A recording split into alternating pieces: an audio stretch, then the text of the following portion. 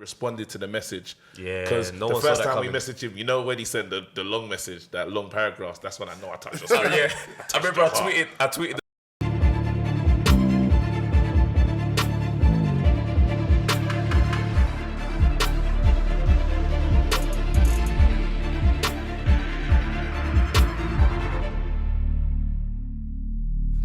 What's going on, people? Welcome to not even another. This is a special episode. Bro, put some more weight on it, fam. This is a major episode. Go again higher if you can. This is a crazy episode. Yeah, you went to school still. This is Had to find a new word. yeah. A super episode of Undefeated. Before we get into, we have to do Taylor the Tape. We're gonna get to the main man already, but let's do the Taylor Tape. What's your Taylor Tape, bro? My record is 2-0, won by KO. What's yours, bro? I'm 0-0. Never fought, never lost, fam.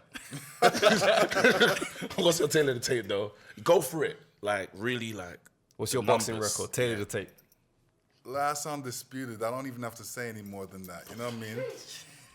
Olympic gold medalist. You know, I just set records. How many title defenses, though? Because, you know, there was many, but say it. Why not? No, like 30. Can we give him a big round of applause in the house, please? Right now. All right, listen. Thank you for coming down and giving us this time, man, and good. inviting us out to Vegas. We're in Las Vegas right now, bro, and we didn't come out here in no small way either. Like, you hooked us up with the all access. Yeah. We were walking through MGM Grand like we owned it. I'm not even gonna lie to No. you. People were looking at me saying, how is he walking through here? Like, I'll be getting past you. I saw Shelly, I was like, Lennox. I'm not even taking this off. What? It's like, these have lost his authority right now. I'm keeping it on. I keep it on. But nah, seriously, it's amazing the fact that you allowed us to be out here, especially because we got into it. Yeah. We got into it online. Good. We're gonna get there still. We're not just gonna warm ourselves up, you know what I mean? Yeah. But so the fact that we're here and people want me to keep the same energy. People at home are like, bro, don't just, Yes. You noticed, Keep it. you noticed that last night when we shook hands, he didn't keep that same energy. Nope. hear what I'm saying. He thought I was going to squeeze his hand. No, I'm not gonna He lie. said, oh, how you doing? Please don't squeeze my hand. Lennox doesn't realize, I'm sitting mad close to him right now because you're not that great on the inside. You're like good at distance. Yeah, I'm you know what I'm saying? So right now I'm tucked in. So it's gonna be harder for you. Are you with me? Yeah. Nah. Boy, you do go for the fakes, though. Oh yeah. I ain't gonna lie. I text my wife. I'm scared. No, but seriously, thank you for being here. Let's talk about yesterday because we saw a madness. What's your thoughts, Wilder, Ortiz? How did you see it? You know, they asked me a couple questions like, you know, how should Deontay fight the fight? And I said, well, you know, although he boxed him before and he knows he can hurt him, he should really take some time, warm up, get his jab going, get some movement going, and then take him out in the middle of rounds.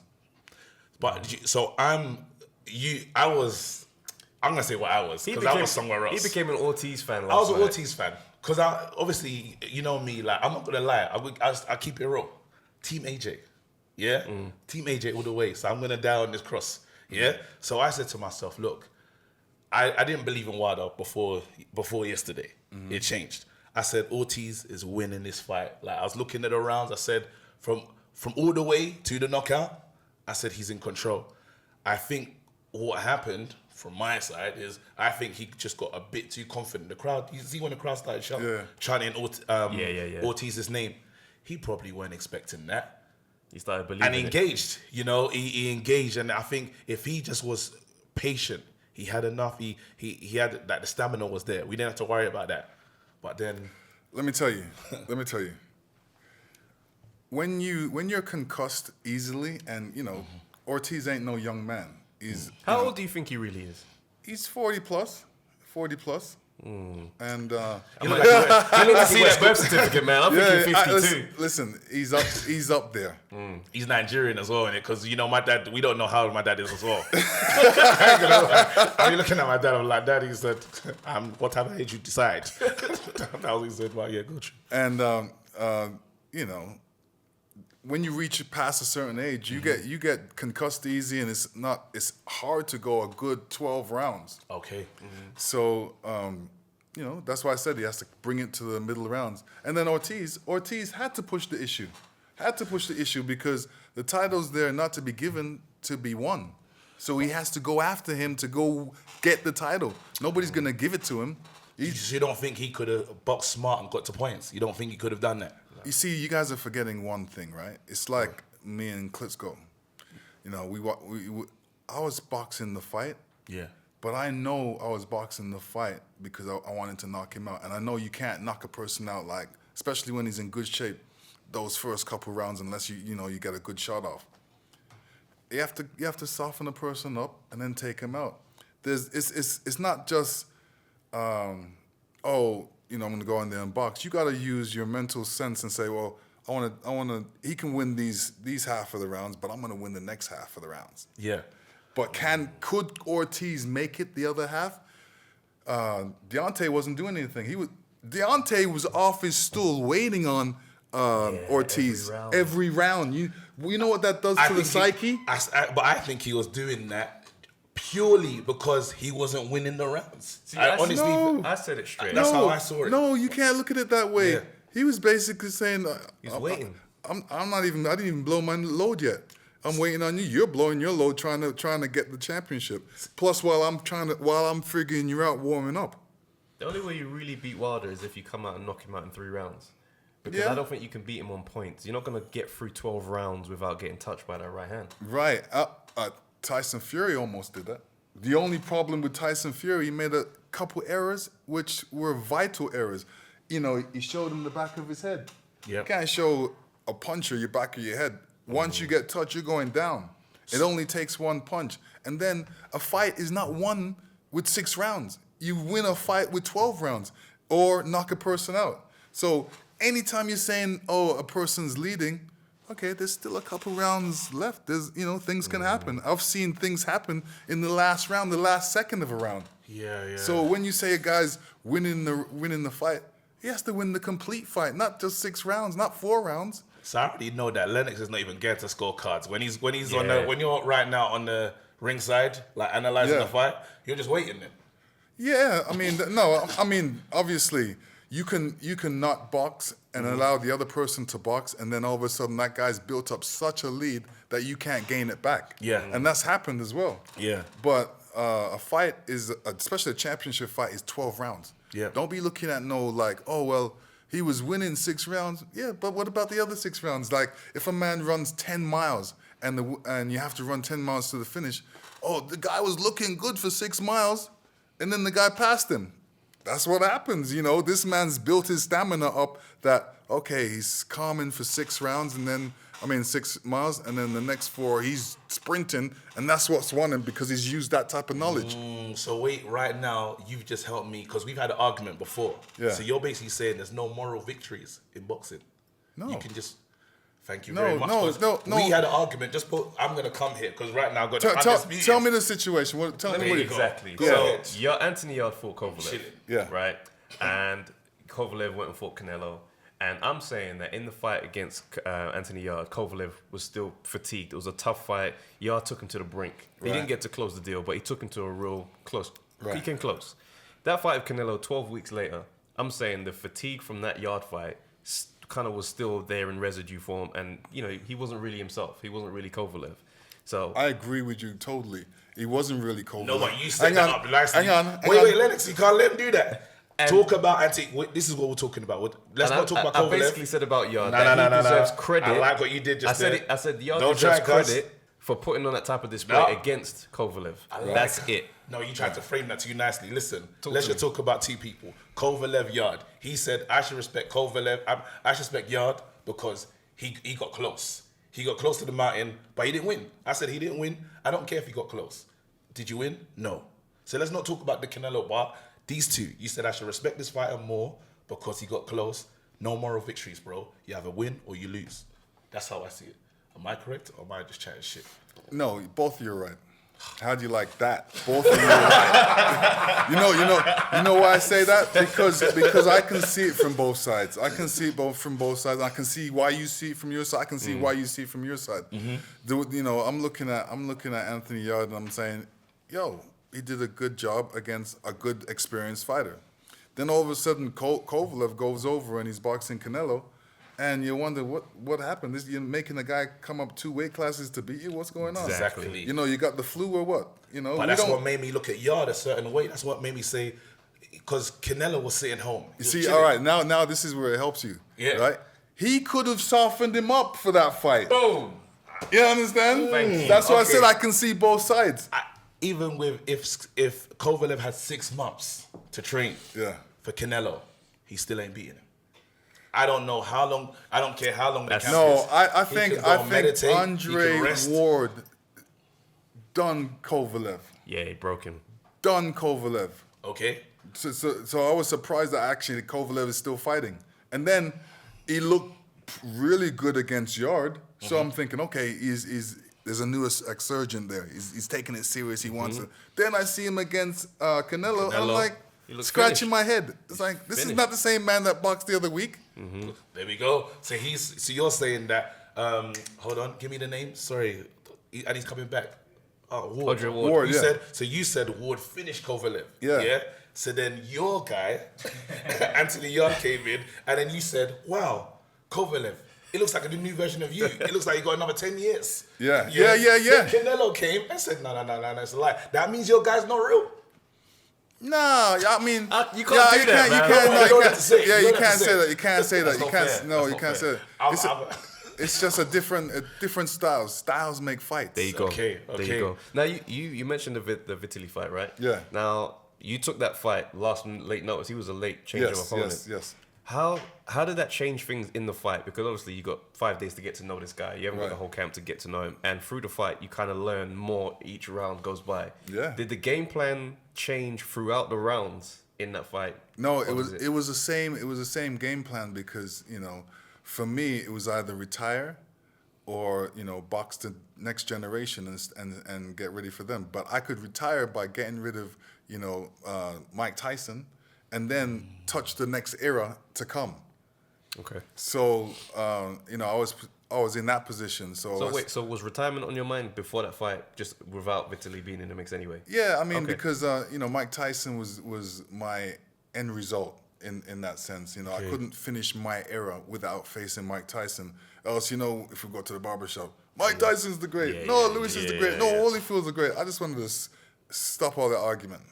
Okay. So wait, but you had like a year and a bit out before that fight as well, right? Yeah, well, what happened, now we're talking about Klitschko fight. Yeah. I beat Tyson, my biggest foe in my era. Yeah. So had that, solved that problem. We were happy, We were like, chilling, took a year off. Then I said, okay, if I'm going to continue boxing, I need my first fight back from a year to be somewhat easy, or easy, not the hardest fight out there. Yeah. Then I made the mistake, got talked into it by HBO. HBO saying, oh man, we got this date, we can make some money, and we have, now what are we gonna do with it? But Klitschko's ready. He's ready for you. He'll take the date. And then I had my trainer said, well, boy, you can put the icing on the cake. This is the icing on the cake. You can get rid of the last generation and touch up the new generation. I'm like, yeah, I like that. So I didn't really. I was focused in on the Canadian guy, and not Klitschko, because that's who I wanted to warm up with. Yeah. And didn't have the sparring. Took a fight last minute. I took a fight. The guy I was supposed to fight was 6 foot.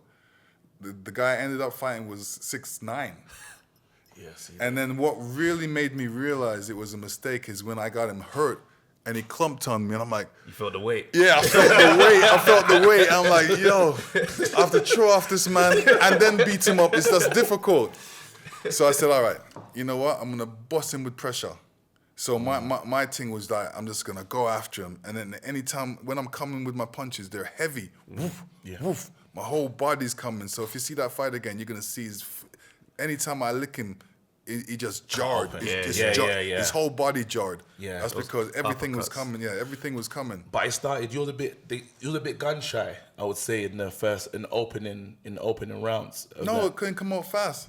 He came out fast, like you know, I don't know who this guy is, but you know, I'm taking it easy. But he's coming out fast and licking me and actually hurt me one time. And then I did the same thing he did to me. You know, he was trying to throw me off, and I'm like, nah, I'm not let go. There was, I think there was one. I think it was in the 6th round. The sweetest uppercut I've ever seen in boxing. So now, if you look at my fight was boom, boom, boom. I was getting stronger as I was going. He was getting weaker because he started off fast. So that's what I'm saying. I was bringing him in the deep end. That type of pressure nobody's given him in none of his fights. So that was the deep end. So I know when we reach the later rounds, which I have a lot of experience at, because I've been through those fights where I have to pick it up in the late rounds. That's where I was bringing him. I brought him in the deep end. So happened a great punch I threw cut him, and that was a crazy uppercut. When I seen even the cut, he gave me something to aim for as well. You know what I mean? Blood. I smelled blood. Don't. Yo, I'm. You know. You were the kind of monster. Yeah. You know what I mean? It's like I smelled blood. Like I smelled blood. You know what I mean? It's the facial expressions that you make. Like against Shannon Briggs, I said I don't know what he stole from you. If he took your girl, if he took your car or like your jeans, he took something from you. Because the way he was looking at him when he stepped in the ring, and you come in, was it a Bob Marley tune, right? Yeah. So obviously reggae is like kind of peaceful, but you're looking at him with mad hatred. Your ring walk is always intense. Yeah, no, it's serious. What's going on in your mind though? Like when you know, the music to me is like it's like a clash. So I'm playing my clash music coming out. Okay. You know what I mean? Yeah. So whatever the music is saying is what I'm saying. Even in that Shannon fight, because he had a lot to say about you. Yeah. Is that why? Because you didn't want to touch gloves and stuff, or is that just a thing that you're not on? You see how Shannon is now is how he was always. He's always that hype guy, you know. Brooklyn, Brownsville. You know, this is how we do it over here. You know, he was giving me all that. I said, all right, don't worry. Let's get in the ring and see if you still have the mouth. There's one part in the fight where he lands a shot on you and you kind of turn around. And it's almost like you go into like this crazy, insane mode where you look at him like, are you mad? And then you let 2 go and he goes straight down. Yeah.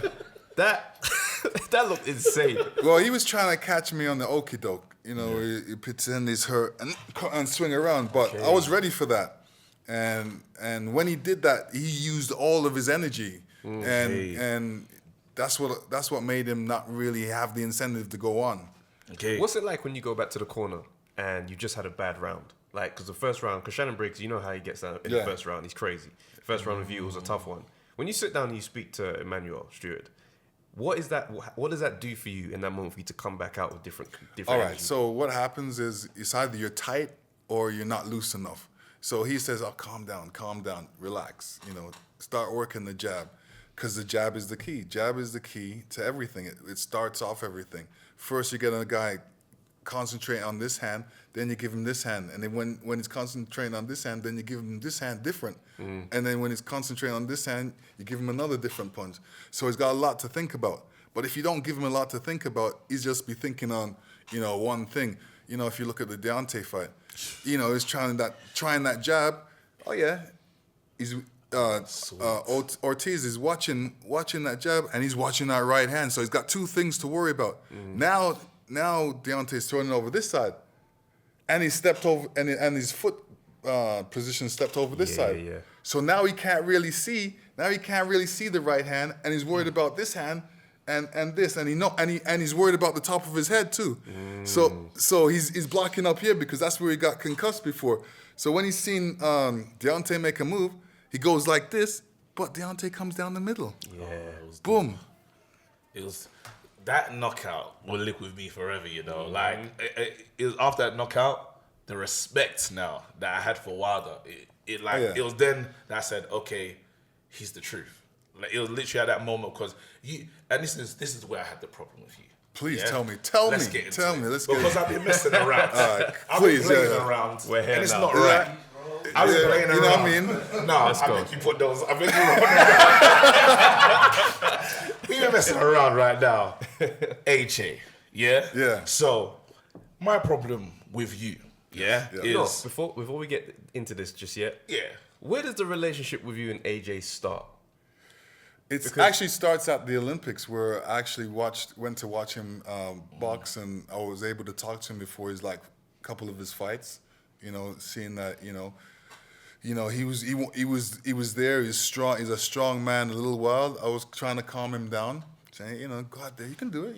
Do your thing. No, I don't want that. Because now that'll help the story. That'll help. That's going to help you lot's dialogue. I want to stay where I was before you let him do that. Why are you cutting in? No, Why are you cutting in? Hang on, because that's going to help it. Because let right me now, just you're saying you're there from the beginning. Let me just answer the man's question. Go shoot. Let me I'm just. here.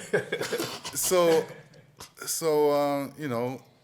he was turning pro, and he was saying that I was his favorite boxer, and he watched a lot of my fights, and he was saying he's turning pro. What should he do? I said, come out to Jamaica to see me, and we'll talk. Wow. So he came out with. That was correct. It's like very more.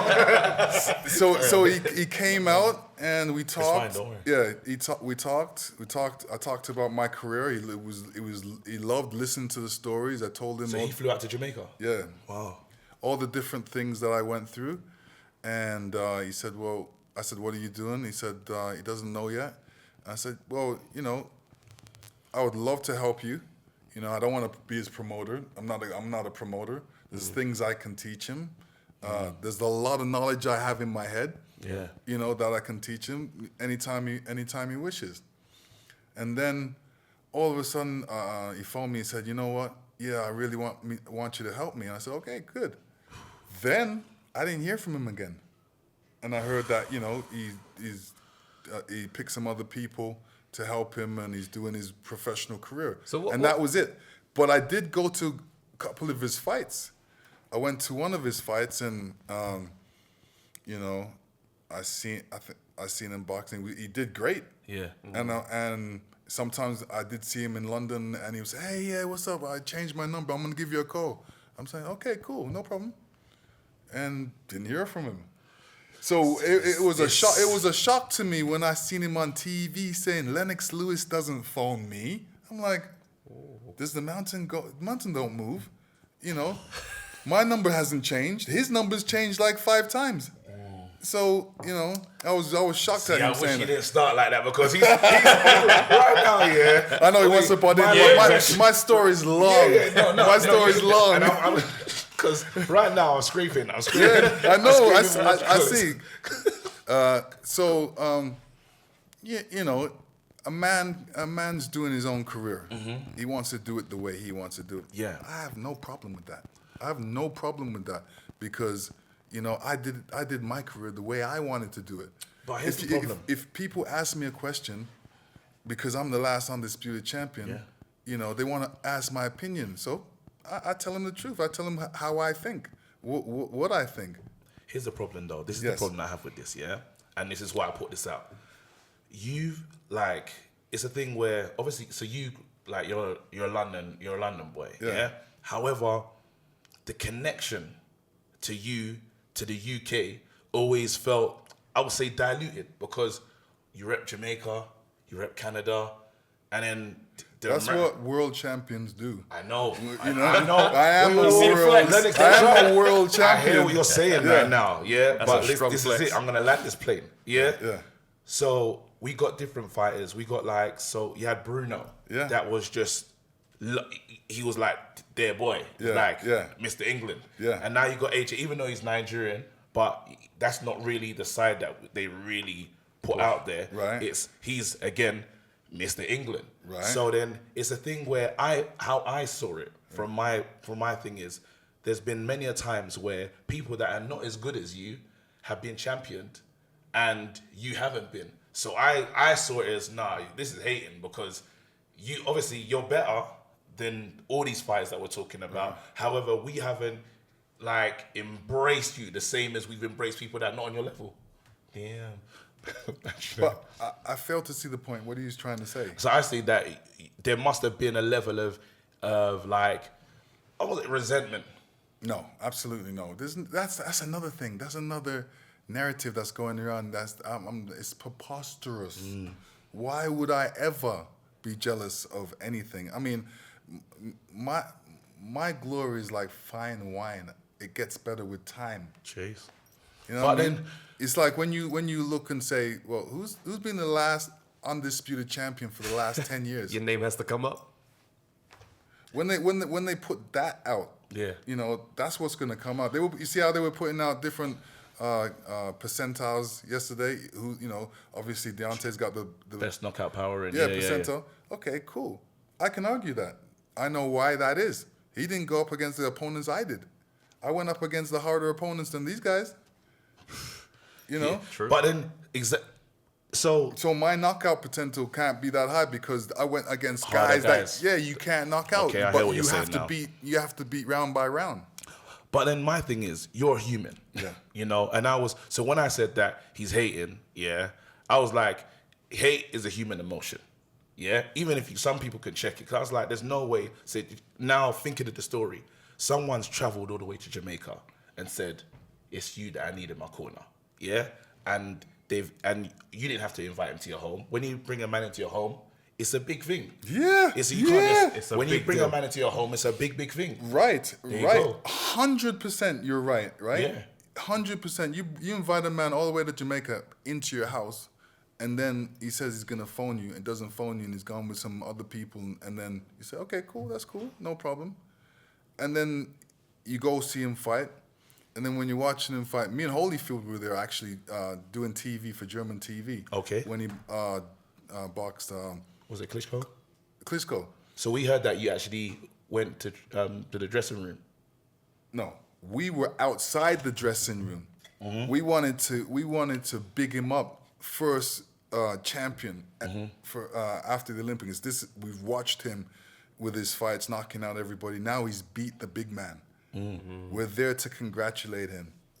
Security brushed us out of the way and brushed him in there. He was like, Len, and gone. They pushed him in. And then I'm like, okay, cool. I set him under my deal with That's Dean. where the hatred, exactly. Hang on. And I said, okay, cool. They don't want me around. They don't want me. They don't want me near to him. So I'm like, okay. Who do you think orchestrated that? Oh, the promoter, definitely the promoter. No doubt about that. Eddie. Yeah, and my thing is, you allow your promoter to do that to Last Undisputed, to me and Holyfield, and we're there to big you up. All right, no problem.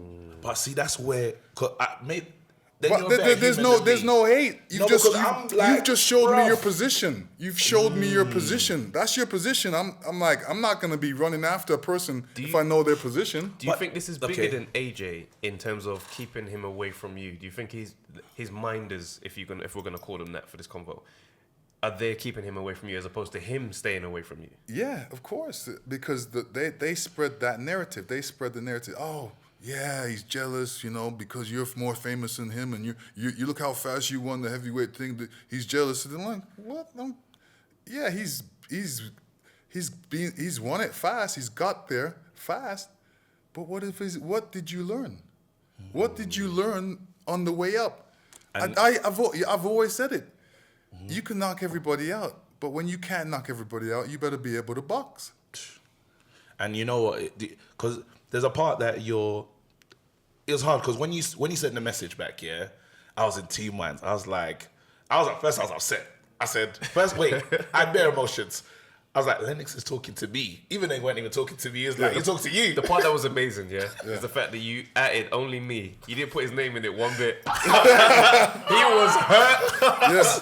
So I went through bare emotions. I was like, no, because I didn't think you were fair. I was like, if you're gonna spread a narrative, at least get the full picture. Get both sides. Because when somebody come tell me something, I listen. I said, I want to hear the other side. So when I hear both sides, I can form a proper opinion. Very good. That was very important to me. And I see a lot of these people, you know, out there saying, "Oh, Lennox is jealous. He's this and that." I'm like, okay, come talk to me. I'm right here. Yeah. I see Adam from Sky, Smith. Adam Smith on Sky saying, "Do you think he's jealous of you?" I'm like, Adam know me long time. Adam have my phone number. Adam should have. I phoned him up. I said, "Yo, are you joking? You can't be serious, man. How dare you say that? Were you mad? You look how long you know me." And then change the thing.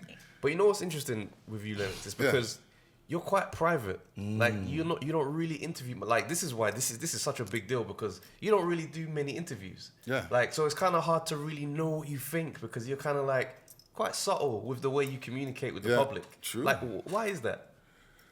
Well, I'm one of those guys that don't like to be out front. When I'm in a dance, I'll be by the speaker. Yeah. You know what I mean? I'm not in the middle of the He even floor showed us a dancing. picture of him by the speaker as well. Yesterday he's by the speaker like. So, you know, I'm not outspoken. Yeah. It's the fact that I'm doing these type of, you know, jobs, working on TV and doing them type of things where people are asking my opinion, my expert opinion. They love what I say. They want to hear what's in my head. And this is why I speak more.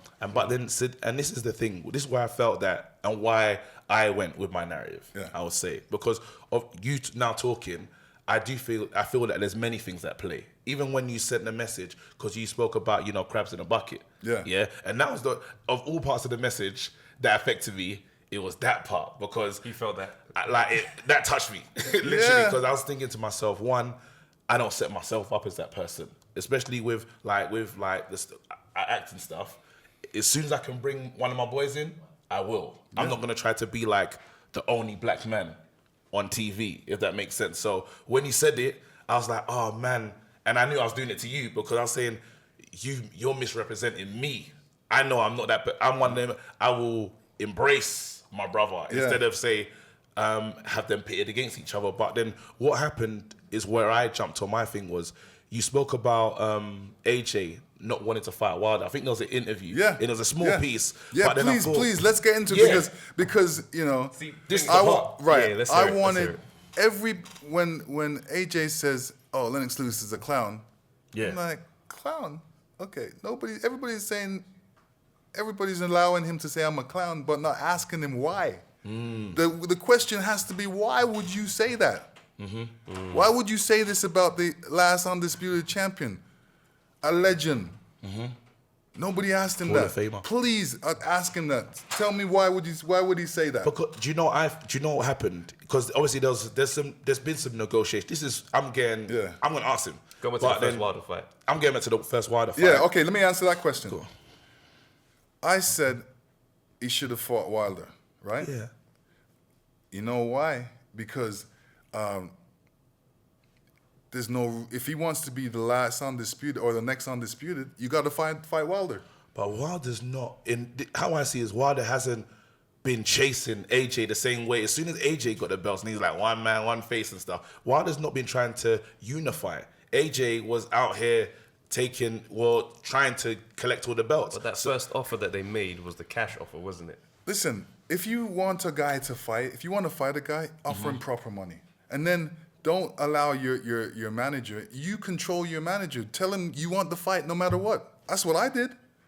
Nobody could say in my career that, oh, I ducked anybody. If I wanted the fight, we negotiated a proper sum and we fought. We didn't give him pittance.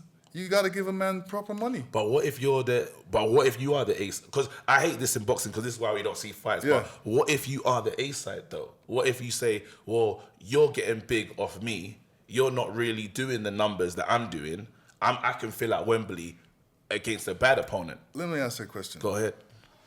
Will he be remembered for what he's done, or will he be remembered for how much money he made? That's just a simple question, yes or no. You don't even need an answer, fam. That's what I'm saying. That's what I'm saying. You know, if he's the king of the hill, he can control everything. Okay, you want to fight me? I'll give you proper money. Fight me. Let's get together and make a great fight. We both get paid.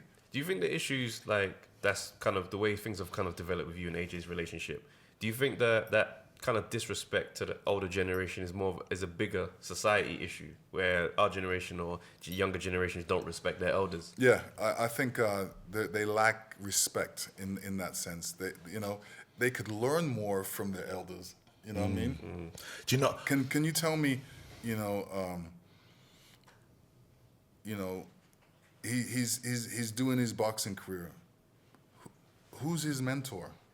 And that's it. Who can he talk to about real boxing? Tell me who's in his team that knows the history of boxing? The way he talks about McCracken, it seems like McCracken is playing that position. Okay, so he's got McCracken. He said he's like a father to me. So that's okay. But then, do you know? Because I was with the Ruiz fight that's coming up. I liken that to when you fought Tua. Right. Yeah, similar type of opponent. I've boxed tons of guys like Ruiz. There you go. And it's like, so there's, for me, because I do think you, AJ, well, yourself and AJ, listening to your part of it and how you've been available for him, I think that needs to come together. There needs to be a coming together of I said this too. Listen, I don't have no problem with AJ, Yeah. I don't have a problem. He may talk of a problem. I know he doesn't have a problem with me because what problem is there? You know what I mean? Yeah. If he has a problem with what I've said, come, we can discuss it with men. Would you be open to piecing it up with him if he? I'm at peace already. But like, I mean, building that bridge again between you and AJ. Would you be open to that relationship again?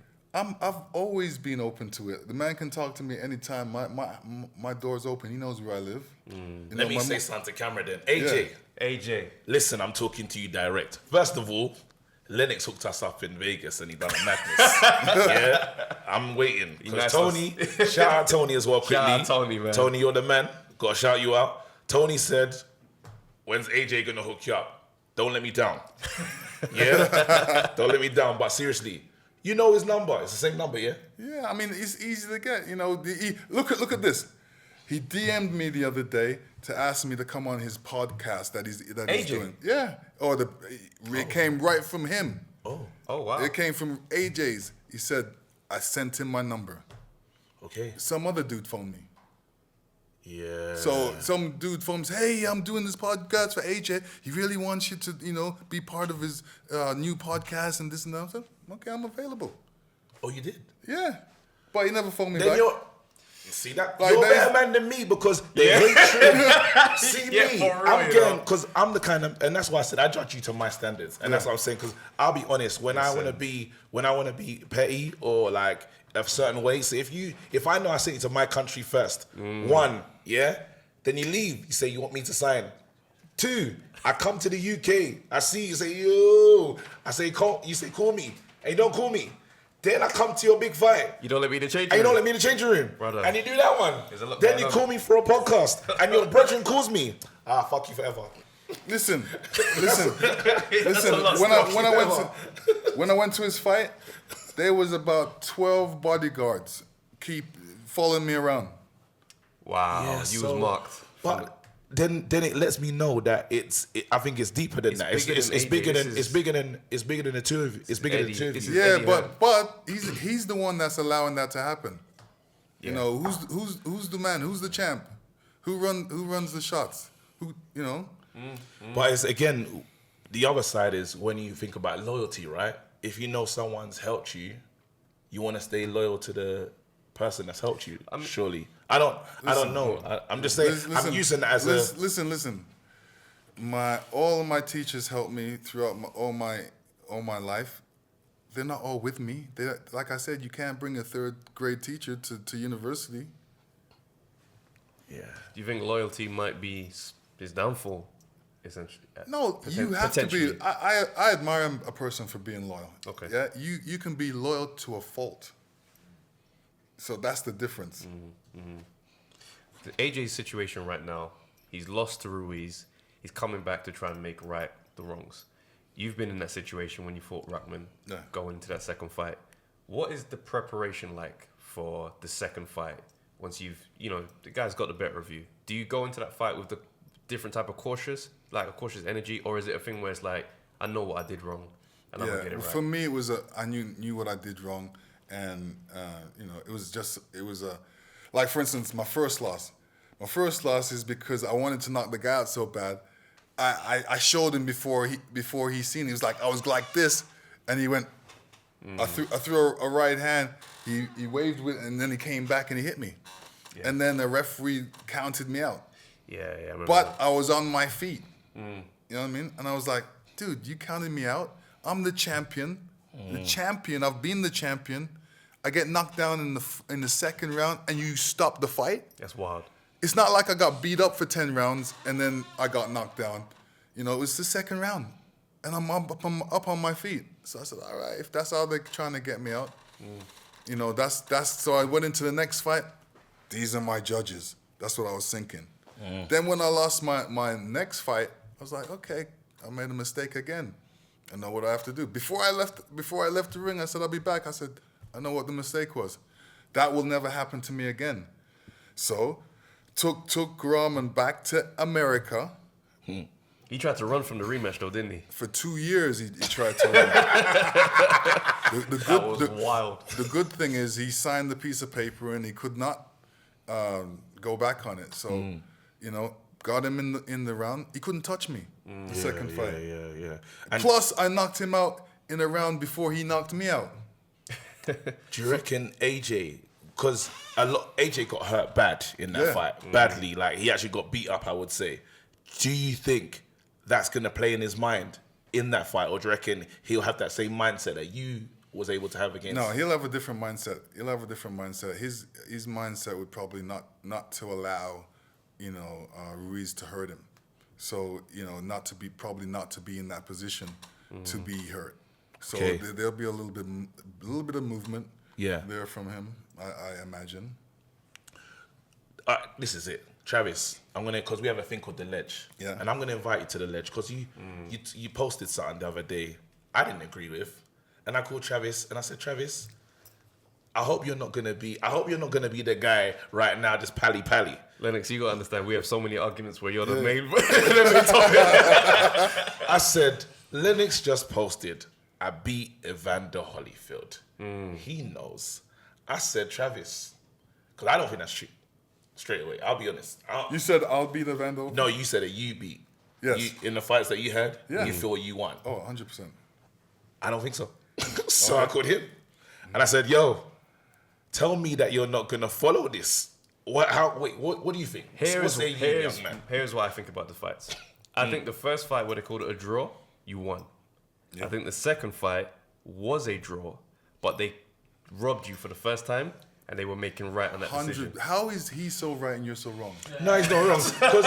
Do you know what's mad? Because Travis be in here changing opinions, Sam. Travis was like...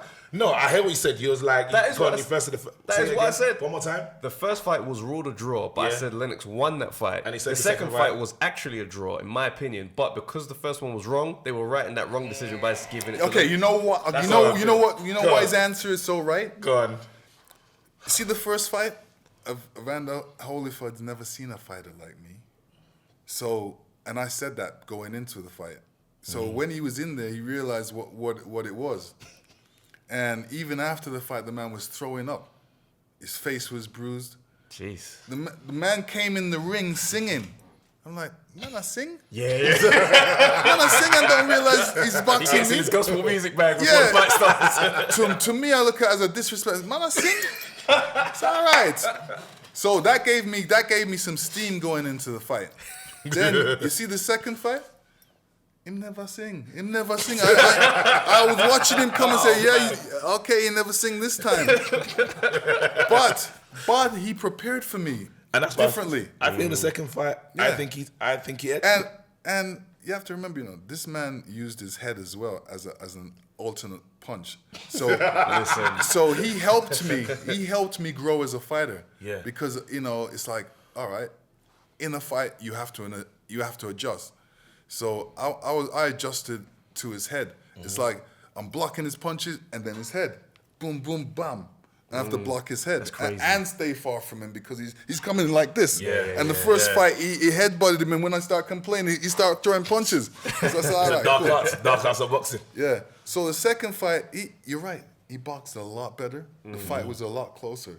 And yes, because of everybody was pissed off the first one, they gave me everything, you know. So, so I feel like I'm right about that one because he ain't gonna say I lost. You ain't right. He ain't gonna say I lost. Listen, Evander, you know what happened. Let me tell you. Even Evander was like, "Wow, I couldn't believe the score." I'm like, "Yep, that's right." You know, man. So what happened with because obviously Evander Holyfield had the crazy trilogy with Riddick Bowe. Yeah. And you wanted that Riddick Bowe fight. Oh yeah. Man. Why did that fight not happen? Well, that fight didn't happen because Rock Newman didn't want that to happen, and you know, and he talked to Riddick into not having the fight with me because he wanted the gravy train, the money to last. Right. Like if I knocked out Riddick, if I knocked him out, Riddick, you know, all of a sudden no more money. And then he wouldn't be number one. No Holyfield fight, no trilogy with Holyfield, all of that. That's what got me into boxing. I'm not gonna lie. I watched that and I had to go backwards because I was like, I've never seen anything like that. What I do is, you know, look at what's his name? That box Tyson. 2 fights with Tyson. Razor Ruddock. Oh yeah. Basically 13 rounds or something like that. I went 2 with Razor Ruddock. Showing him that, yo, all right, you ain't gonna hit me with those punches. Plus, you went so many rounds with Tyson, I'm gonna get rid of you. Tyson couldn't get rid of you. There's a lot. The lead up to this year, I watched all your fights. I said, you know, and then every time each time I was watching, cause I gotta be honest, I'm gonna say this to the camera. Each fight I was watching, I was like, hey, Lennox was a bad man, you know? Like, you know, as it goes on, because I was talking about the hating. Literally, because I was remember, as time goes on, you do forget. I'll be honest. Do you know what I'm saying? As time went on, I was like, and that's why when I was on my hater train, I said, listen, AJ's the main guy. I'm watching AJ knock guys out. He's the guy. And you kind of forget. But then preparing for this, I was thinking, well, you really been to the mountaintop. Yeah. You really been there. Just what I'm saying. And my career is extensive, and it's not like I knew everything at first. I learned as I went, and I went and got the proper teachers. It ain't no accident that, you know, Emmanuel Stewart is one of the best trainers ever. He's the trainer of champions, even before me. Tommy Hearns and all these others. Right, and then I was fortunate to be able to have him. And then after me, Klitschko grabbed him. Yeah. And what he can do, what Klitschko can do compared to what I can do, what Emmanuel can teach us both, I can absorb more than Klitschko. Klitschko will always be that type of boxer. But Emmanuel will come in and say, boy, you know, we're going to develop an uppercut and work on it, and we're going to knock this guy out with the uppercut. They're watching the free right hand, but we're going to show him the uppercut. And he was right. Develop the uppercut. Develop, like, 5 different weapons. My arsenal, you know, I've got an arsenal filled with punches I can throw at any given moment. You know what I mean? So it's really, okay, this guy doesn't like body punches. I'm going to work on his body. So my combination is head, body, and then head. You know, I'm going to mix it up. Or, you know, whatever it's needed for that particular opponent, I will bring out. Tell us about the mental side of boxing, because your mental side of boxing, like your mentality going into fights, you always seem laser beam focused. Like from the ring walk, the whole journey into the fight, it's crazy. Like, how do you strengthen your mind when it comes to being a fighter? Oh, well, you know, part of it is, you know, you have to be a strong person.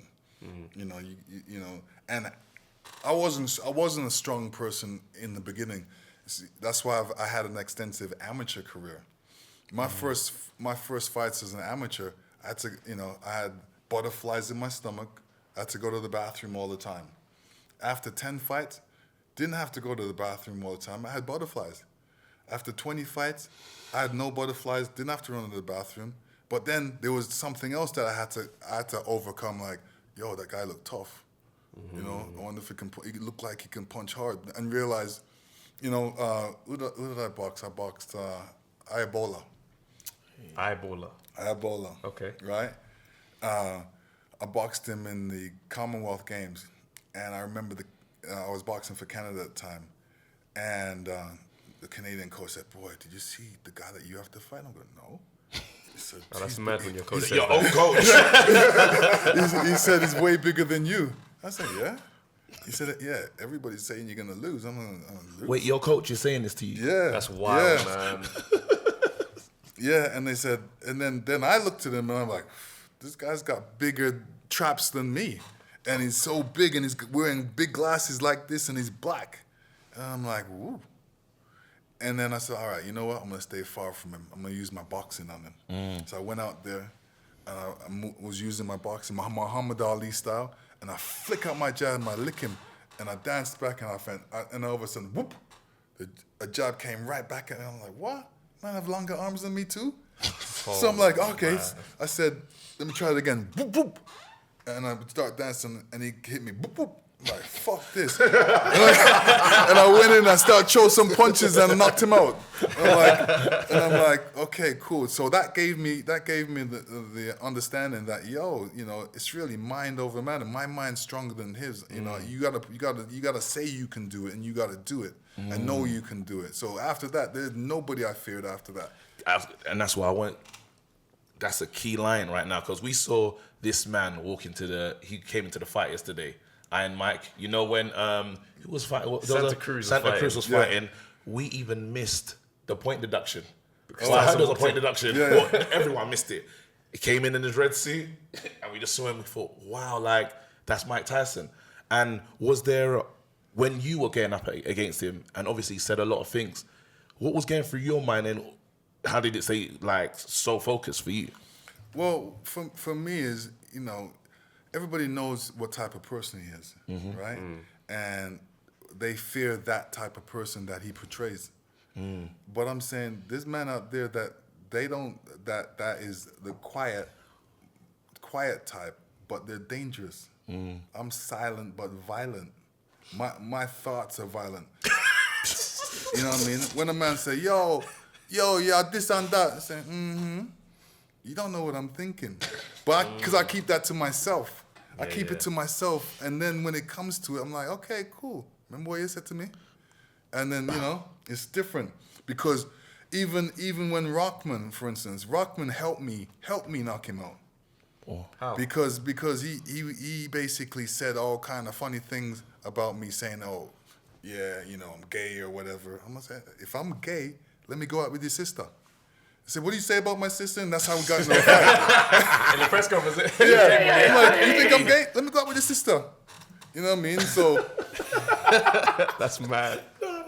You know, but you got a level, and this is Sorry, just go ahead before we move on. There was a Tyson press conference. You both come up on the podium. yeah. Tyson immediately, as soon as you come out, rushes straight towards you. Yeah. What's going through your head at that point? Because it looked like you looked at him like, is he really going to do this? And then he commits. Yeah. What's going through your head? We actually had a whisper that was going to happen. Okay. That, you know, he wasn't himself. And boy, we're having the press conference in Brooklyn, you know, his place. And we told HBO, listen, is there going to be security there? Because, you know, we don't want anything to go off before the fight because we really want this Tyson fight, you know, a lot of money. We don't want anything to mess it up. So I said, yeah, man, there's going to be people there and we got undercover and all that. When we come in the place and look around, there wasn't. And luckily, you know, I had the Fruits of Islam with me. So they were my security at that time. And I know nobody's messing with them in Brooklyn. Yeah. And then when they came like, you know, 6-handed and 10 outside, waiting. Jeez. So when the whole thing popped off, they came in, that's what I love about the security. They ain't even trying to fight or hurt anybody. They're just breaking up. Yo, if you not listen to them, they'll broke you up. Yeah. But you have to listen, and everybody's all doing the same thing. Yeah. So, you know, at one stage, you know, when he bit me on my leg, he came over. I'm like, why is he coming over here? Yeah. So one of my security stopped him. So he kind of swiped at the security. So that's the declaration of war. You knew what time it was. Yeah. So, and then I said, better me getting the punches first and better that he feels my punches first than I feel his. I didn't feel none of his punches. All I felt was him biting me on my leg. And I told the security he's biting me on my leg. And the security said, start, you know, elbow him and pull him off. Then he was like on a rant or whatever, and I'm like, yo, I got bit. I'm in a suit. I didn't come here to fight. So everybody was saying, yo, you better get that sorted out fast because that's a dangerous getting bit by another human. So I was like, yo, get the ambulance here so I can get that shot. Tyson's been on this biting Tyson's thing been for a biting while. man for a long time. So like, were you intimidated by Tyson at any point for the whole lead up to the fight? Because I know you sparred as youths. No, that's why, because we sparred as youth. I know him from youth. How he became, I don't know him like that. I don't know him as no madman doing this, that. I know him as a good human being, as a man that took me up in his room and showed me old fights and said, hey, you know, these are the old fighters. This is these are the guys. They used to fight like this. He knew. So you were friends? Oh yeah. Me and him were friends. Oh, that's crazy. Yeah. Before that, it was just like I don't know what it was because. I guess everybody was like, yeah, what about Lennox? You can't, that type of talk that was going on. That probably bothered him. Even now, you see how Lennox is keeping it because he said, when he came to the Tyson fight, he came with the mandem. Understand now, Lennox still comes with the mandem. So you lot probably looking at me like, keep the same energy, mandem. I can't. Direct in front of me, there's man with bigger chains than I've ever seen in my life. Sorry. Okay, God, let's obviously we're talking about all the positives of you. Where's the faults of you? And not even in the ring, just as a man, because that when we was talking, I was like, and that was the part when I was like, this don't make sense because end of the day we're all human. Right. And I know that when someone wrongs me, I feel that sense of that's wrong. I have a jealous moment, and I know that's probably a fault of me as a man. Where do you fall down? Where's your? Where my faults are? Yeah. Yeah, you're right. We do have faults. We all have faults, and I admit I have a lot of faults, and I try to correct them. My wife will tell you I have faults. We get in an argument, and boy, I just leave the room. I don't even want to talk and say, why are you not talking and this and that? That's a fault. Yeah. You should be able to work it out. And she's actually helped me to do that. Because it's like, I have to listen and, You see how to say it? So I have to listen. Hey, listen, man. I have to listen. I have to listen and hear, because women, they talk. They have to talk. They have to get it off their chest. Yeah. And if you're not there to get it out for you to listen to them, it's like you're doing the wrong thing. That's not what you're supposed to do. So I understand what a man's supposed to do. So I've learned to do that. Okay, I've learned to deal with that. Okay, wicked. Well, you know what, Lennox, I don't know if you got anything else. Just that last, how do you see? What do you think AJ needs to do to get through Ruiz in this rematch that's coming up? He needs to come in with the right mindset. He has to come in realizing that he doesn't know everything, that he has to go, that he has to go and learn a lot of different things. It's difficult learning everything in one camp. This is some of the things that he's supposed to be doing on the way up. Yeah. It's easy to knock somebody down, but there's other skills that you need to put into effect. You need to have a good jab. You need to have good movement. You need to have good defense. You need to be in good shape. You need to doing the right things to get in good shape. It's not all about weights. It's not all about seeing a dot and trying to catch a dot. A dot. You're not up against a dot in the ring. You're up against a guy that wants to take off your head. You know what I mean? All these things. That's why I go back to the old training.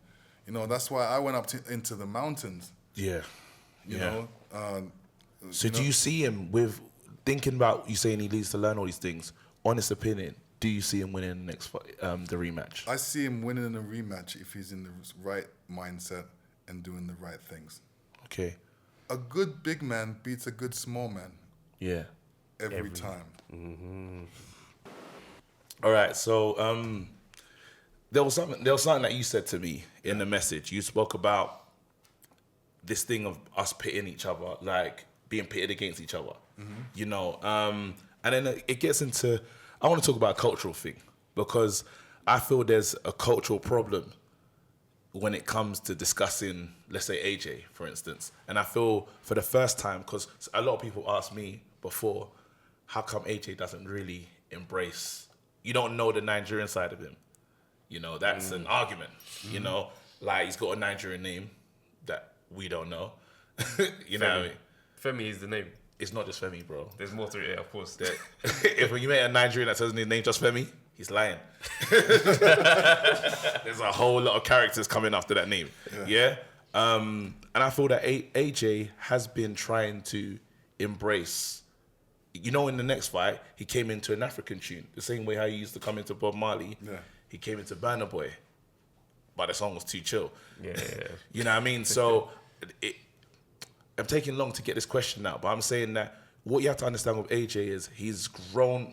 This is my opinion. I don't know. I've never spoken to AJ.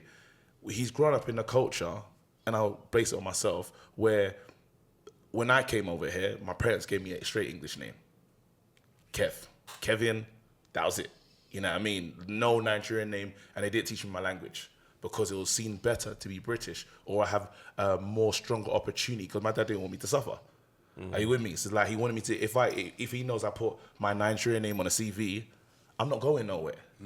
You see what I'm saying? Yeah. So when you're growing up with these teachings and even that thing, sometimes a Nigerian person, I'll say it, a Nigerian person will more likely trust a white person's shop than go into a shop of their own. Do you see what I'm saying? We can't trust him. No, don't trust. You know, like someone comes to the house and says, this is what's wrong with the boiler. If that man's Nigerian, we ain't listen to him. We get third and fourth opinion. Right. Plumber comes around, mate, just fix a couple pipes, mate. That's it. What's it like when you go back to Nigeria? Are you embrace the sick, like as I'm not. Nigerian? Do you know what I'm saying? So when I go home, there's that thing of, you know, like my name, because of my name, it's like, you're not really one of us. The passport's green, but still they're like, nah, you're not.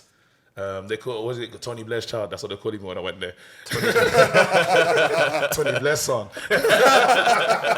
So, I do feel, I feel for AJ. A part of me feels for AJ because, again, if you do in the UK, if you don't, like what the problem you had, I would say, you was repping too many nations. So the Great Britain couldn't be like, he's ours. Like the way they claim Bruno and AJ. What was that like for you? You know, when I came over, it was like, you know, I actually went through some of that because, you know, I had people saying, you're not British. I'm like, you know, right? Why would they say that? I was born in East London.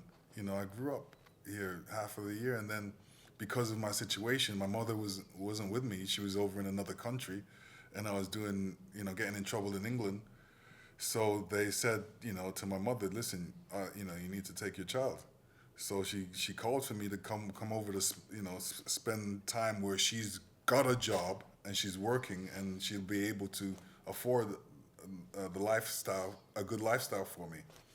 And what was that trip like for you though? So you're here. Yeah. Did they explain to you that you're going and you're not coming back, or what? No. Well, I was in a boarding school. out in the country, and you know, it was a nice boarding school. You know, we had dogs and stuff, and they taught us. They put us in school, and you know, they taught us some type of handwriting. Where nowadays everybody's keep on saying, "Hey, you got nice handwriting." Yeah. So that was a good thing for me, and. Yeah, what it was like, it was good because, you know, I wanted to be with my mother, and when I went over to that country, Canada, they was like, "Yo, you're talking wrong," you know. They used to bother me. And how old are you when you moved over? 9. Okay. Oh wow. And I remember going to school for the first time, and a man come over to me, and said, "Hey, he wants to fight me." I said, "No," and I was like, I don't want to fight because my mom said, no, don't get in trouble. Don't get in any trouble. She tells me that every day. Don't be getting in any trouble. So I'm trying to walk away from the fight. I said, no, I want to fight you. And then all of a sudden there's a big circle. And everybody said, yo, fight him. Oh, I'm like, man. I'm looking around. I'm thinking I'm going to get jumped. So I fight this guy.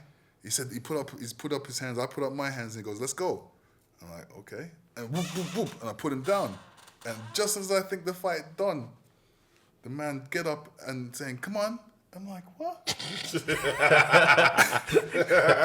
so I go, whoop, whoop, whoop, boom, boom, put him down again. And then I walk away and the guy get up and said, oh, all right. I just wanted to see how tough you were. Man. Then start shaking my hand. And I'm like, I thought that was the weirdest thing.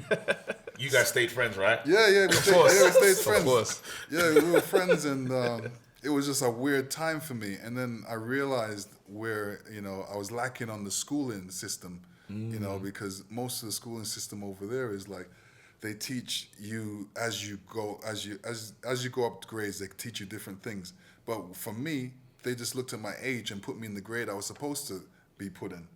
But I missed out on the learning of the separate things. So when they put the math in front of me, I'm like, what's this? So I kind of suffered there a little bit. Yeah. But so when you came back then, So did you feel like a Canadian? no. Or do you always feel like I'm still a British guy, like I'm still East London, like that's who I am? Yeah, I mean, East London, it teaches you a lot of different things. Teaches you the code of conduct in certain things. There's certain like things you do on the street that are just like, your word is your bond. In East London, your friends that are rolling with you, boy, if you get in a fight, they're fighting with you. In Canada, your friends, boy, you get in a fight, and you turn around, your friends are running down the street. just on the toboggan, fam, just in the snow, like. your friends that you hang out with are running down the street and leaving you to fight by yourself. Not my problem, eh? Yeah. So that's the difference, But I still bring East London with me because I've learned those ethics and learned that type of thing, Even when it comes to a handshake, that's a contract. That's right. You don't break that. Over in Canada, you may shake a guy's hand or whatever, and lend him some money. He forgets you. No, I'm not gonna lie, because we're rating people in East London. A few men in East London owe me money right now, fam. So I'm I shook a few hands in East London still, and I'm waiting for my peas. So like when you kind of got that response where people were kind of like, oh, he's not really British, or he's people kind of talking like that. Did that shape the whole thing where it's like, I kind of don't mind being the bad guy in some situations? Well, I kind of looked at it like this. I said, well, if I'm heavyweight champion of the world, they're gonna say I'm not British. They're not gonna want to adopt me and say, yo, yeah, man, this is the world champion and he's British. And then it didn't really bother me after a while because my parents are Jamaican, so I grew up eating Jamaican food and listening to Jamaican music and all kind of music. But those are my love and that's my connection to Jamaica. Okay. So in that way, I take on the cultures that are around me. Definitely the Jamaican culture, definitely the British culture. Yeah. Canadian culture, obviously. I grew up in there to a certain degree, so I understand it. Didn't you represent Canada? Canada, Yeah. So I was gonna. Because when you talk about Jamaica and stuff. That's right. My granddad's from Jamaica, and my granddad's the biggest Lennox Lewis fan in the world. Like, my granddad's passed away, so I know he's looking down on this interview proper smiling. Because my granddad's held corner in the living room saying, no one can touch Lennox. My granddad would sit there and be like, Lennox is flexy. And what he'd mean by that is, there's no game plan that you can bring, because you'll adopt a way to win. Yeah. And so Jamaica definitely embrace you. Yes. Would you say that since retirement, you feel a more of an embrace, being embraced from the British fans, or just from Britain? I would say. Yeah. I mean, like I said, and I've said it in many times, and it's coming true. It's coming true. Like fine wine, I get better in time. Things I've done in the past, they will realize what I've done because when other people try and do it, it's like, yo, they realize that's hard. That's hard to do. Was this in a way, yeah? So when you fought Frank Bruno, yeah, the needle between you guys was the trash talk was crazy. Yeah. Was there a part of you? Because I don't know for sure if I can say you got a petty side. I feel like you got a slight petty side. Nah, he's petty, bro. Yeah, there's a bit of petty. No, let's just petty, tell bro. me the petty side. Okay, when Vidal Riley and Shannon Briggs had that back and forth, and then Shannon Briggs was like, "Oh, we abuse you boys from the UK," and Vidal Riley goes, "You didn't abuse Lennox Lewis, though." Yes. I saw you repost that on Twitter laughing. Yes. Like, That's petty. That's a little bit petty. Wait, and No, it's not. It's not because he's always repping New York. You know what we do, you guys in New York. Like, so I'm like, what are you talking about? I came over there and look what I did to you. All right, so let's. There's another one. There's another one. Cool, can I get another one? Okay, Next one. Go. Your suit, the suit that you wore Jeez. to the fight yesterday. Hall of Fame pettiness. Yeah. This is a Hall of Famer petty. What was on the? There was names on that inside on that suit, right? What were the names? Go on. So it was a suit by Bespoke, right? Yeah. A guy, Dimitri, lovely guy. He's got such a deep mind. So he said, boy, you know, he never liked a couple of suits I wore. He's gonna make me a proper suit. And I said, well, okay. He said, I'm gonna surprise you. So the man brought the suit, and he said, this is the suit. And he said, look inside. I look inside. I read the name there. I said, what? He said, that's all your opponents. He said, name one of them. I said, Reza Roddick. The man sat there and told me a story about Reza Roddick. And I said, boy, Tyson. They told me, he could tell me a story about each one of them.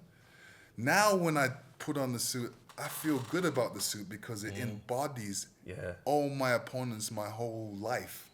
So the suit ain't no suit like that, like a normal suit. It's a deep suit. See, there's a lot behind the suit. I'm not gonna lie. If I was one of your opponents and you knocked me out and you had a suit with my name on it, I ain't here for that. No, I'm not embracing it. No, I mean it wasn't nothing to do with the opponents to make them feel bad. No disrespect to them.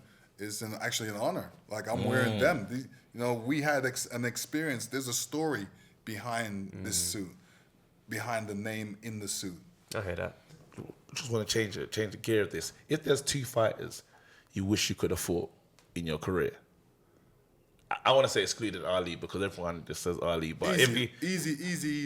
Go on. Riddick Bowe. Really? Yeah, man. I wanted Riddick Bowe. I wanted to knock him out again. How did you react when you found out he put the belt in the bin? I reacted bad. I'm like, I realized that he didn't want to fight me. I'm like, how would you not want to fight the man that beat you in the Olympics? So he actually himself didn't want to fight you because you mentioned Rock Newman before, and it being a promoter and that's his cash cow. But you think he actually didn't want to fight you?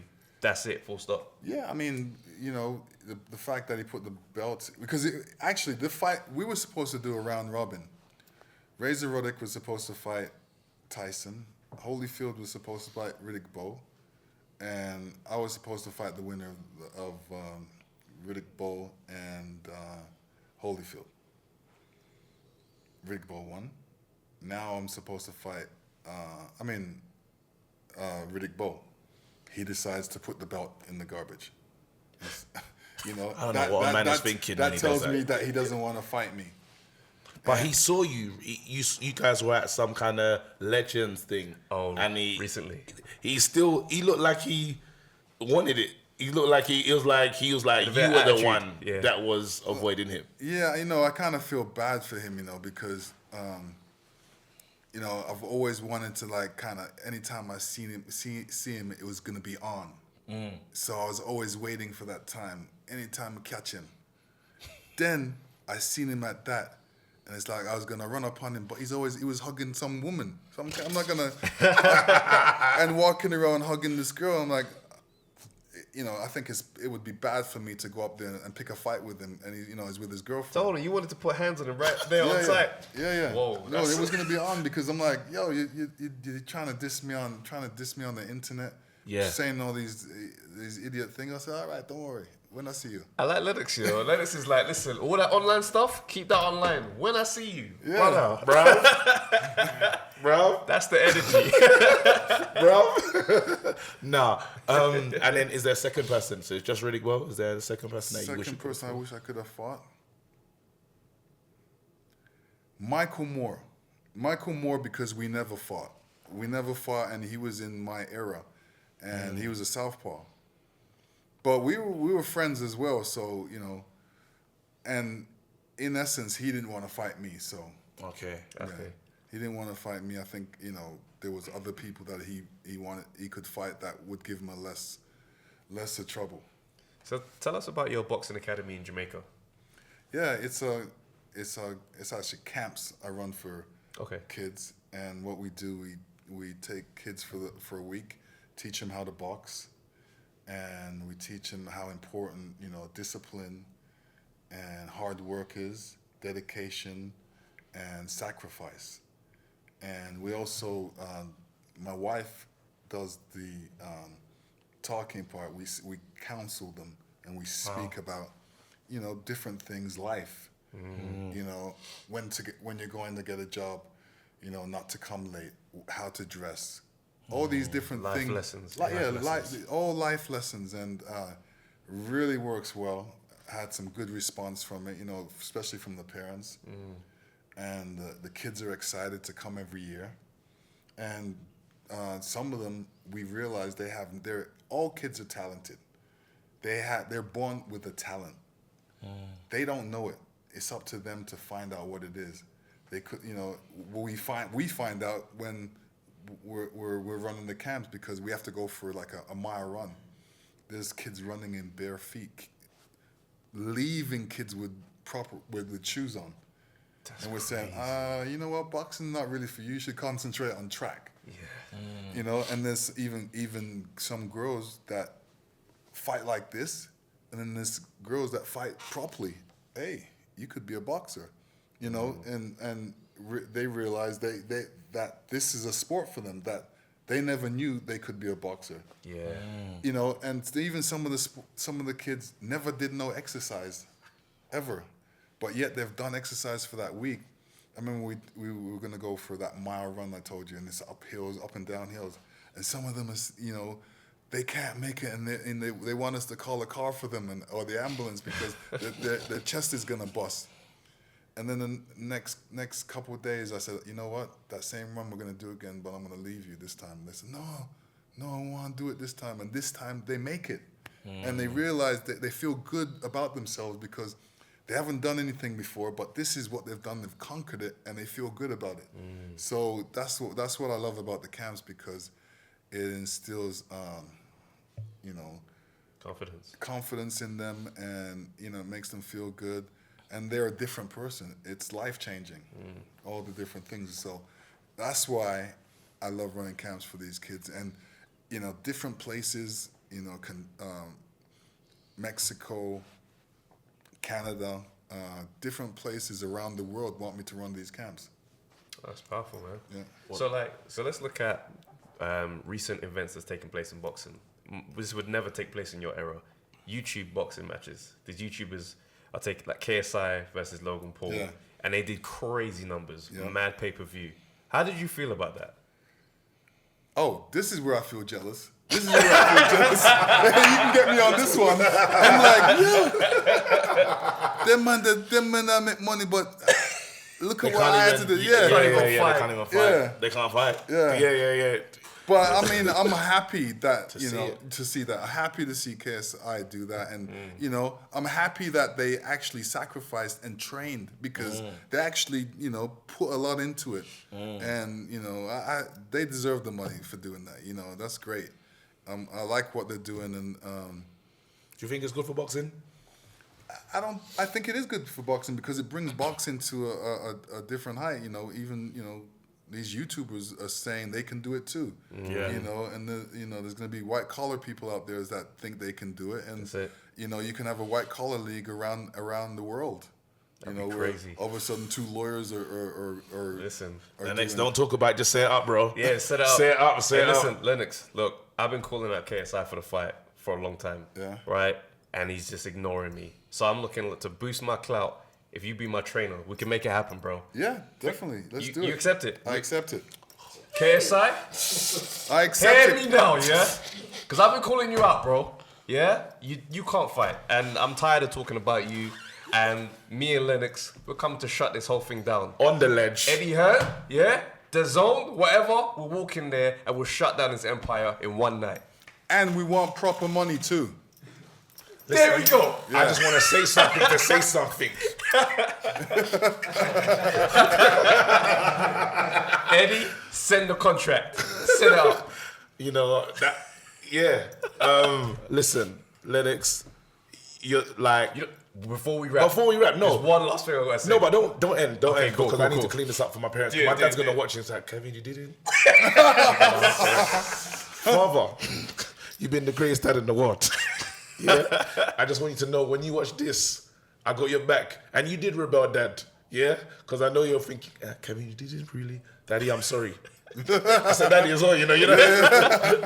Yeah, cool, wicked. So I gotta say, I saw you make some statements recently saying in your you right now today, you could challenge some of the top heavyweights. Oh. Like, are we gonna see you try and pull off a Nigel Benn? I don't want to see it.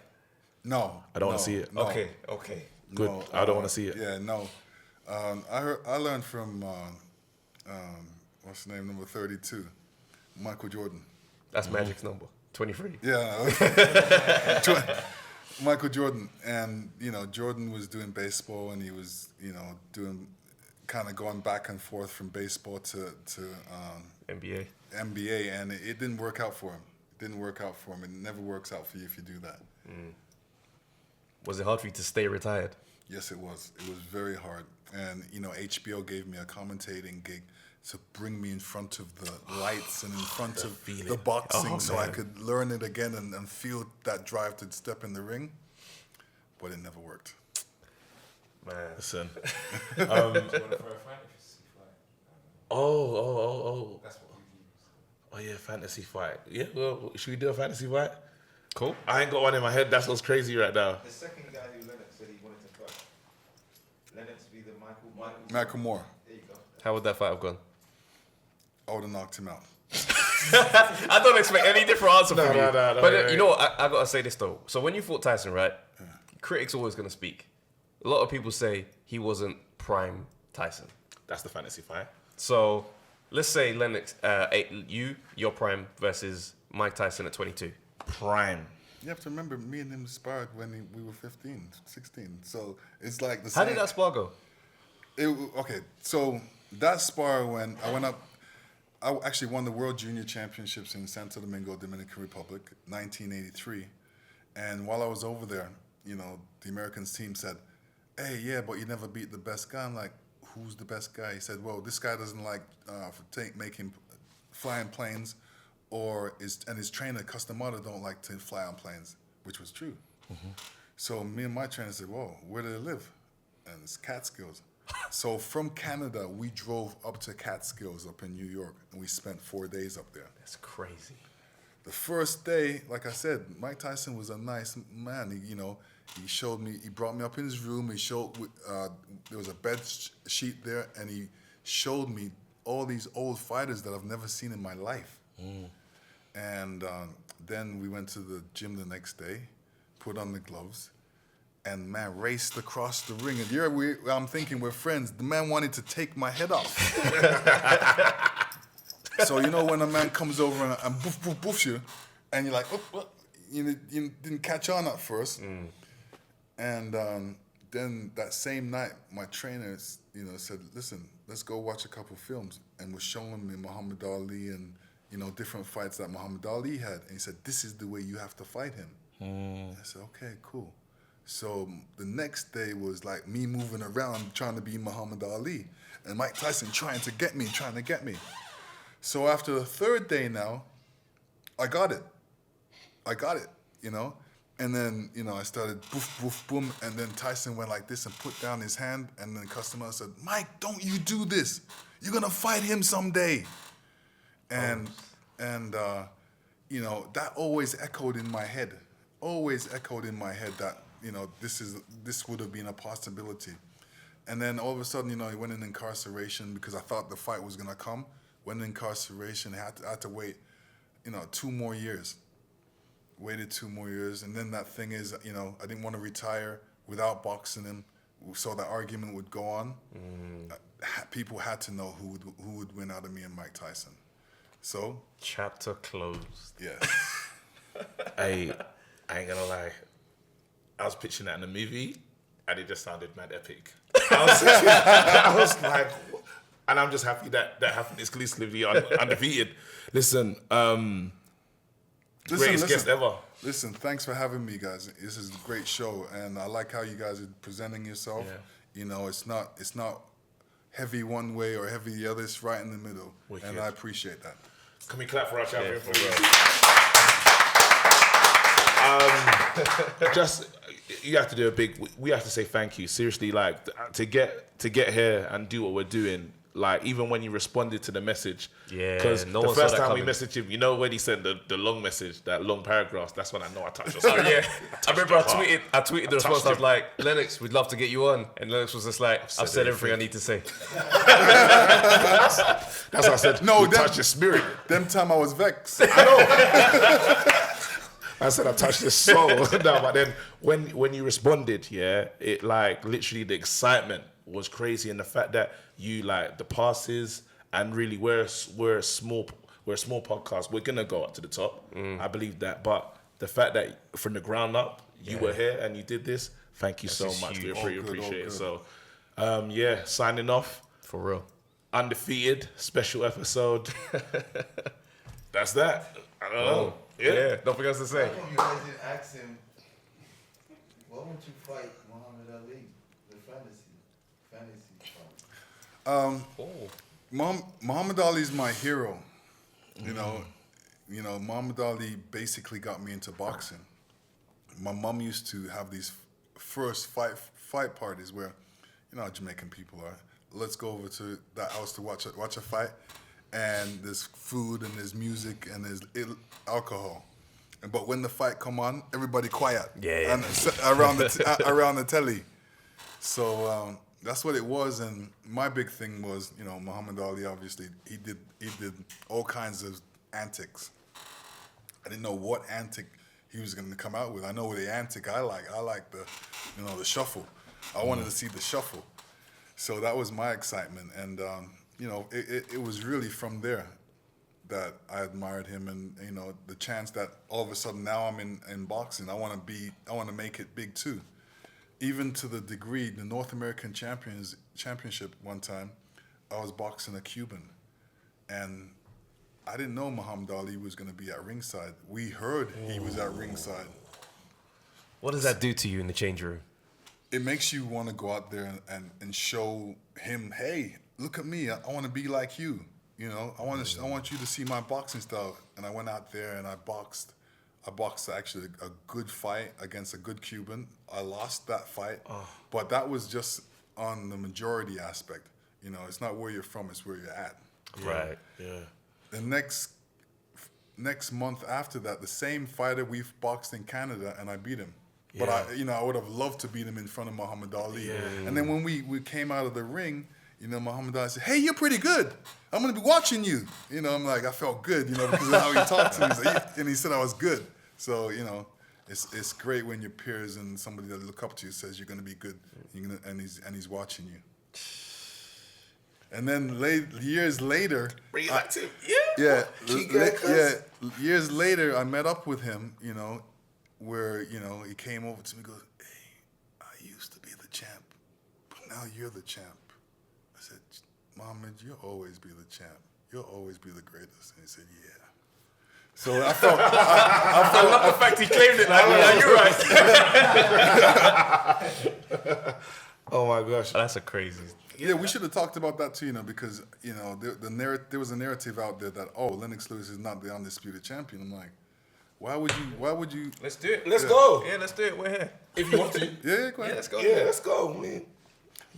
No, there was a narrative going out on that Lennox Lewis is not the undisputed champion. And I'm like, Now, let's why would clarify that right now. yeah, why would they even say that? Because in my time, it was only really down to 3 belts. That's right. The WBO belt, you know, people were giving it back.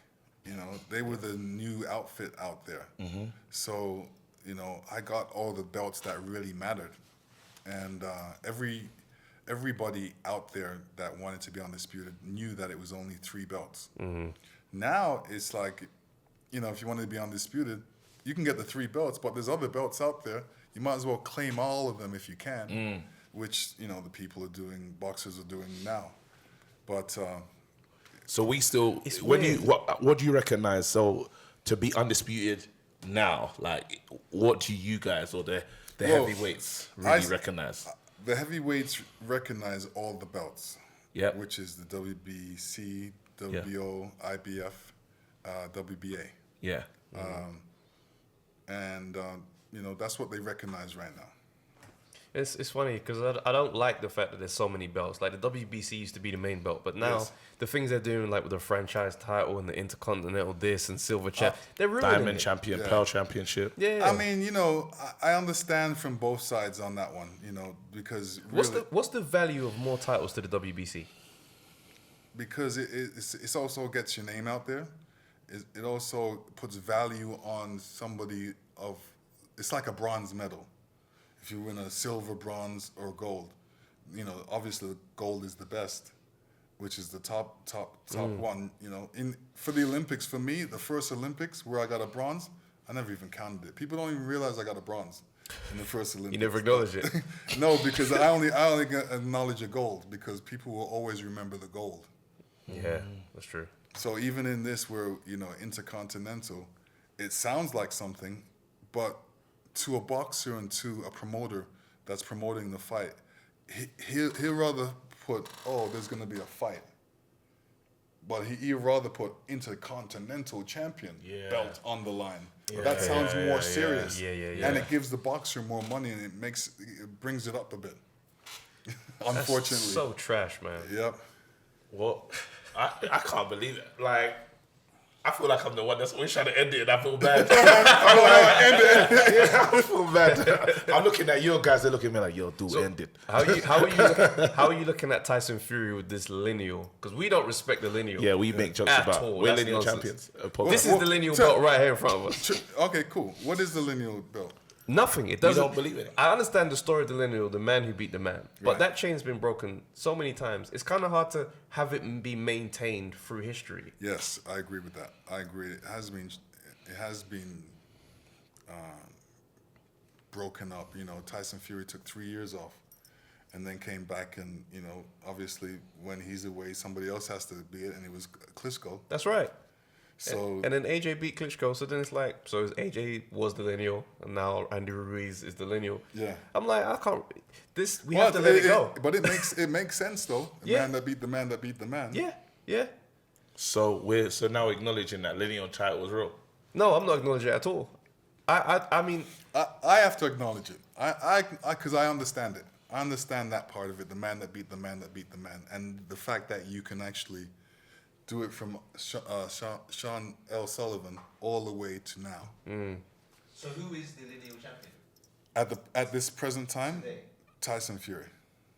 so Andy Ruiz. but you're saying that Tyson Fury still has it, even though he was away, so nobody had the chance to take the belts off him. He was off for failing drug tests, obviously mental health issues outside the ring. A lot of stuff happened. Klitschko held that belt for however long, and AJ came and did what he needed to do. Like, surely it continues if we're going to respect it, or otherwise it's like we have to accept that it doesn't really exist. Right. I agree with you on that. Right. Bro, you're hungry, boy. Right now, it's the man that beat the man. So if it's not Tyson Fury, it's the man that beat the man. So is it Andy Ruiz? Andy Ruiz. To me, That's they've messed it up somehow. Yeah, exactly. So we need you need clarification. feel we like need Wilder. I think if Wilder fights Fury, the winner of that fight will now be the lineal champion. Is that correct? Yes, supposedly. I guess. I mean, look, I don't know how you feel about Tyson Fury. Anyway, listen to this. Okay, go on. Yeah, go on. To save the confusion, it's really just let's stick to the belts. You know, that argument is dead to a certain degree. You know, whoever's at the top is the best. Simple as that. Yeah, I'm here for that. And I know Tyson Fury is nowhere near the top. Good, bro. I like you on this ledge still. I like Look, man, that guy's had 2 big nights and he won one of them. I don't know how we put him up there right at the top the way we do. Jeez. All right, well, I'm not going to argue because I love when you're at this point of the thing. It's usually me. Anyway, listen, people, we're undefeated. One more big round of applause for the Undisputed Heavyweight Champion.